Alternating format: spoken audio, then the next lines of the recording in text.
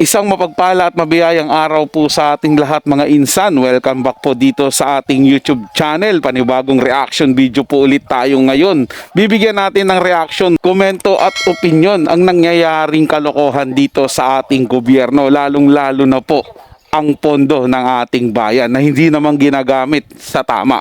Kumbaga sa madaling salita, mga insan, yung pondo na nilalaan sa atin ng gobyerno ay hindi naman talaga nila ginagamit para sa atin. Bagkus, ito'y nilalaan siguro nila sa kanilang bagong pakikipagkampanya ngayong darating na eleksyon. Bakit ko kanyo'y nasabi?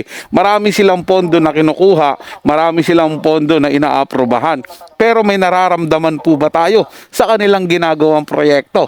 Wala po mga insan. Ang katunayan niyan, mas inaasikaso pa nila kung magkano yung pondong papasok sa kanila kaysa gumawa ng mga bagay, mga solusyon sa nangyayaring problema sa atin ngayon. Katulad na lang ng pagbaha, malawakang pagbaha sa iba't ibang lugar. Wala pong ginagawa ang gobyerno niyan. Bagkus nagbibigay lang sila ng ayuda. Gaya nga po ng sinabi ni Senator Villanueva, hindi na po gusto ng taong bayan na puro ayuda na lang. Hindi na rin gusto ng taong bayan na ililikas sila at dadalhin lang sila sa evacuation center na aabutan mo lang ng relief goods. Ang gusto ng mamamayan ngayon, aksyon,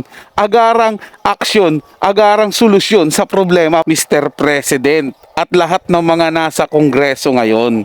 Tulungan nyo naman ang sambayan ng Pilipino. Huwag yung atupagin kung magkano yung pondong papasok sa inyo. Atupagin nyo po yung solusyon na pwedeng makatulong sa mamamayan para naman maging maginhawa ang kanilang pamumuhay, ang aming pamumuhay. Kaya naman Idol Ben Barubal, pasok at birahin na sila.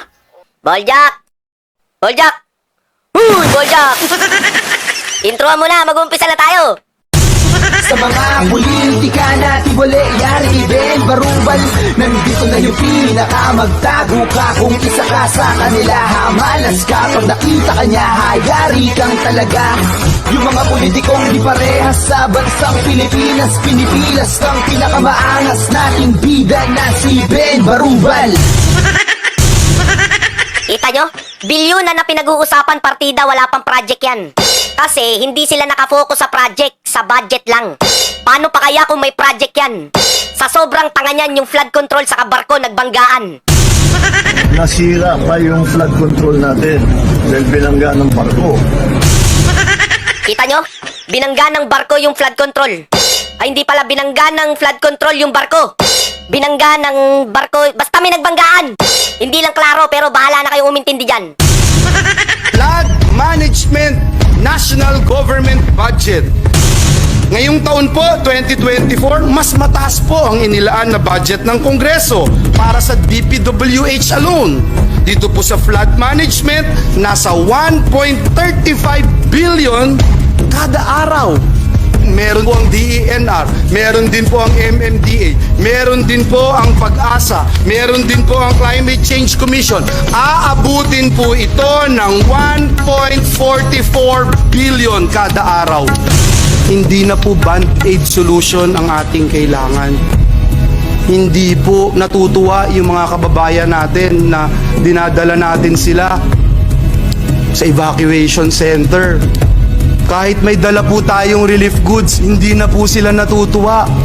Hindi naman po nila gustong pumipila lagi para makakuha ng relief goods, Mr. President. Wala na pong gusto na pumipila para makatanggap ng relief goods. Ang gusto nila, solusyon. Hanggat wala po tayong klarong solusyon o master plan, mananatili po itong unli baha. Pero hindi po unli ang resilience ng ating mga kababayan. Hindi po unli ang ating pondo. Hindi po unli ang buhay ng ating mga kababayan. Oy, Boljak, pakiulit kayong bandang una. Kasi parang may narinig ako, Kongreso na naman, walang ya. Ngayong taon po, 2024, mas mataas po ang inilaan na budget ng Kongreso. Walang ya, Kongreso na naman, si Speaker na naman. Lalo pang pinataas yung budget ngayong 2024 na wala ka namang maramdaman. Yung budget ng Pilipinas, siyang pinagmumulan. Totoo nga ang sinabi ni VP Sara na ang budget ng Pilipinas ay hawak ng 2 buhaya lang. Ben, 2 tao lang. Eh, buhaya gusto ko eh.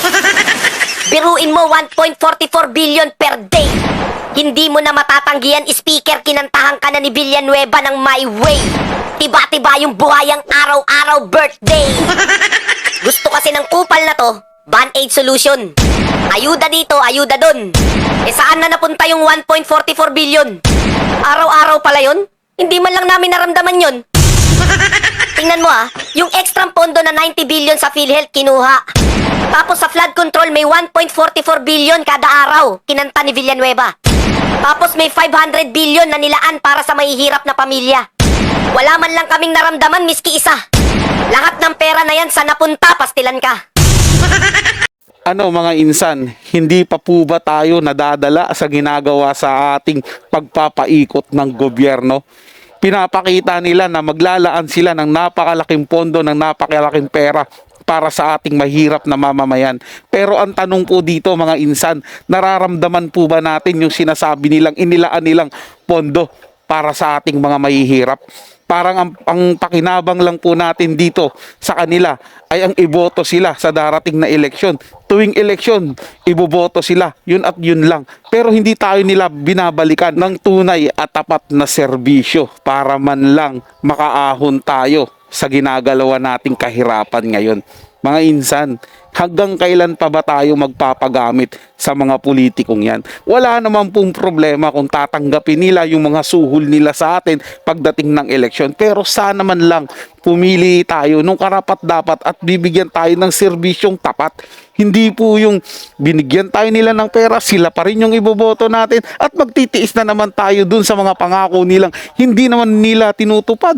Hanggang ngayon mga insan, lagi na lang po yun ang ginagawa sa atin. Kailan po ba tayo madadala? Kailan po ba tayo mamumulat sa maling sistemang pinapairal sa atin ngayon ng ating gobyerno? Pondo na lang po ang hinahangad nila palagi. Pondo na lang po ang pinagtutuunan nila ng pansin at hindi solusyon sa mga problemang nararanasan natin ngayon. Pakita nyo naman po mga insan, problema natin sa baha, isa yan sa mga problema pero walang ginagawang solusyon ng gobyerno. Hindi po ba? Nakakalula sa laki, 1.44 billion kada araw ang ilalaan sa flood management pero patuloy pa rin po tayong binabaha. Ano po ba ang ginagawa nilang paraan o solusyon dyan para matigil na yung pagbaha? Wala po mga insan. Kasi sanay na po sila na kapag babahain tayo, ililikas tayo sa evacuation center at yun na naman po, bibigyan na naman po tayo ng ayuda para daw mapil natin na hindi po tayo nila pinapabayaan. Yun at yun lang din ang cycle mga insan. Pero kung yung pondo na yan ay ginamit nila sa tama at gumawa sila ng pamamaraan para matigil na ang pagbaha na yan, tingin nyo po ba may mga mahabang pila pa sa evacuation center para lang tumanggap ng relief goods? Wala na po mga insan. Kaya naman sama-sama tayong manindigan mga insan. Ituwid natin ang baluktot na sistemang pinapairal sa atin ng pamahalaan. Maraming salamat po sa inyong panonood at sa mga bagong napadaan lang po dito sa ating channel, huwag nyo po sanang kalimutan na mag-subscribe. Hit nyo na rin po notification bell para lagi po kayong updated sa mga bago pang video na ating ilalabas. Hanggang sa muli mga insan.